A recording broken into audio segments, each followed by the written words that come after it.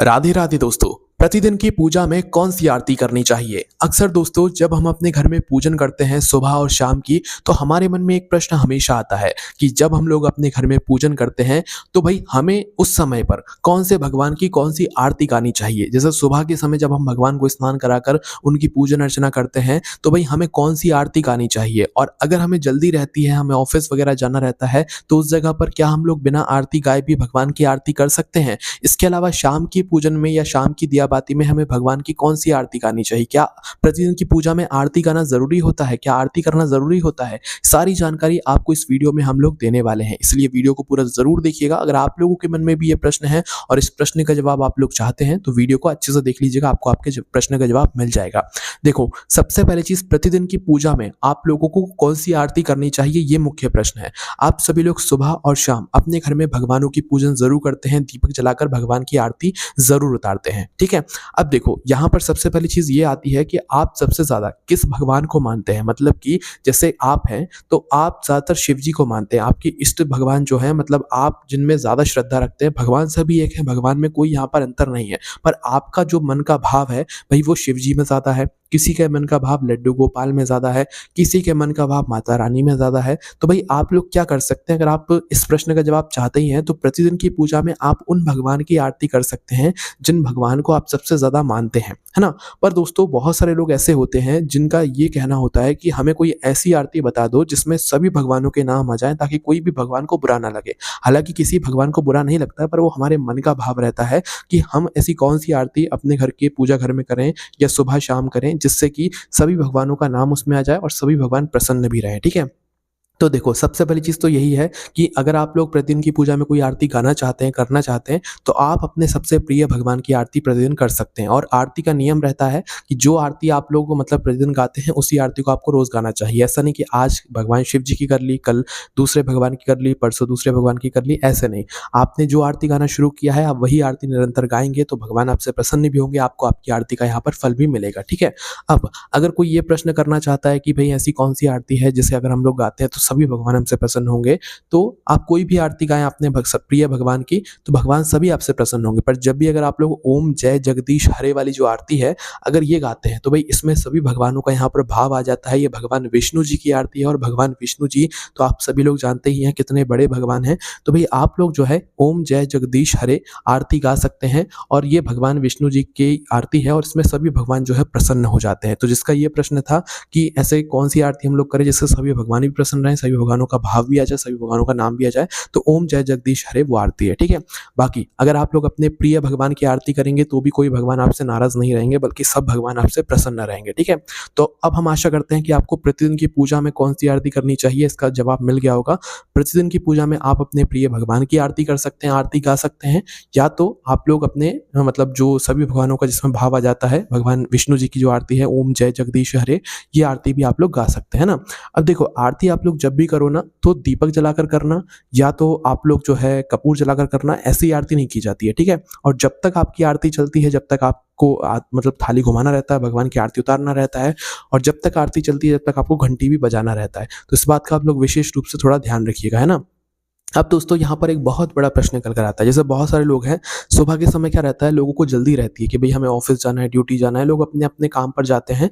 तो भई उन लोगों का ये प्रश्न ज़्यादातर रहता है कि सुबह-सुबह हमारे पास इतना समय नहीं रहता है कि भई हम भगवान की आरती गाएँ लंबी-चौड़ी, है ना? क्योंकि आरती में थोड़ा टाइम लगता है, क्योंकि मन का भाव भी रहता है उसमें, तो आरती में थोड़ा टाइम लगता है। तो लोगों का ये प्रश्न ये रहता है कि हम ऐसे सुबह क्या करें कि जिससे कि भगवान की आरती भी हो जाए, और भगवान का जो है हमारे लिए जो भाव है, वो भी हम भगवान के सामने प्रकट कर दें।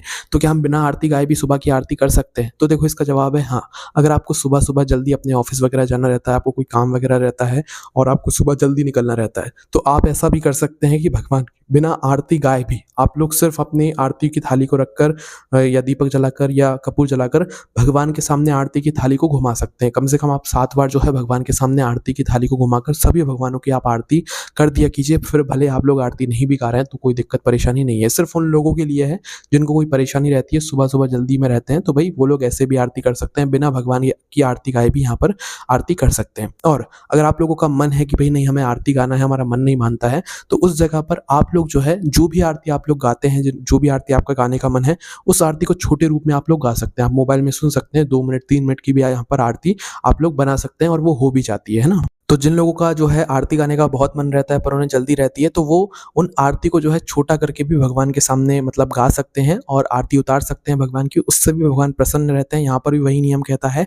कि आपके जो प्रिय भगवान हैं, आप उन भगवान की आरती को छोटा करके मतलब भगवान के सामने आरती उतार सकते हैं, या तो फिर जो आपके मतलब कि जो ओम जय जगदीश हरे वाली जो आरती है, इस आरती को आप लोग छोटा करके आप लोग भगवान के सामने मतलब इस आरती को गा सकते हैं। वैसे आरती तो पूरी ही गानी चाहिए, पर अगर आपकी कोई मजबूरी है और आपके मन का भाव है आपको आरती गाना ही है, तो भई आप आरती को छोटा कर भी गा सकते हैं। और अगर नहीं गाना है तो नॉर्मल आप लोग भगवान के सामने आरती को उतार कर कम से कम 7 बार आरती उतार कर घंटी बजाकर जो है भगवान को आरती देकर आप ऐसे भी जा सकते हैं, इसमें भी कोई दिक्कत परेशानी नहीं है, ठीक है?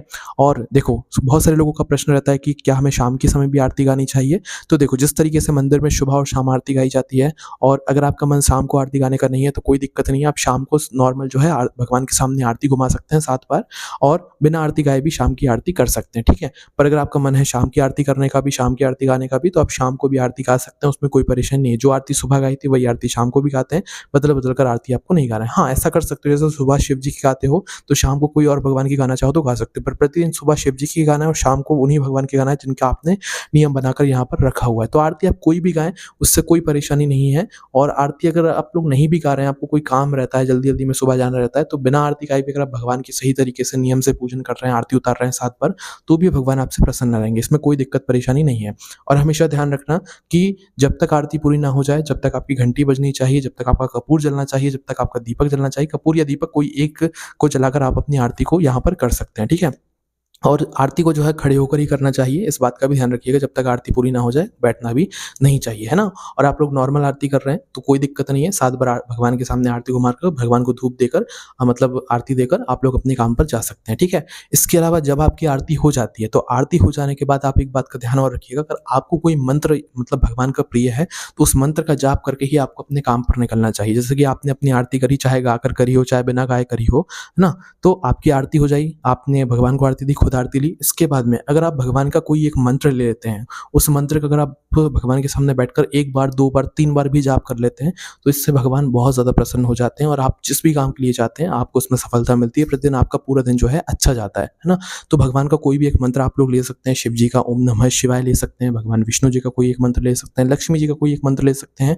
आपको जो मंत्र अच्छा लगता है, आप उस मंत्र को जो है यहाँ पर जाप कर सकते हैं 1 बार, 2 बार, 3 बार। वैसे तो दोस्तों मंत्र को जो है 108 बार ही बोलना चाहिए और वो भी माला से करना चाहिए, पर जिन लोगों को सुबह-सुबह जल्दी काम रहता है, ज़्यादातर लोगों को माताएँ-बहनें हों, चाहे कोई हो, सुबह-सुबह जल्दी में ही सभी लोग रहते हैं, तो भई आप इन नियमों का यहाँ पर पालन कर सकते हैं। 1 बार, 2 बार, 3 बार भी आप लोग मंत्र का जाप करके बिना माला के भी जा सकते हैं, और अगर टाइम है तो भई माला से 108 बार आपको मंत्र का जाप करना चाहिए। अब हम आशा करते हैं कि आपको जवाब मिल गया होगा कि प्रतिदिन की पूजन में हमें कौन-सी आरती गाना चाहिए।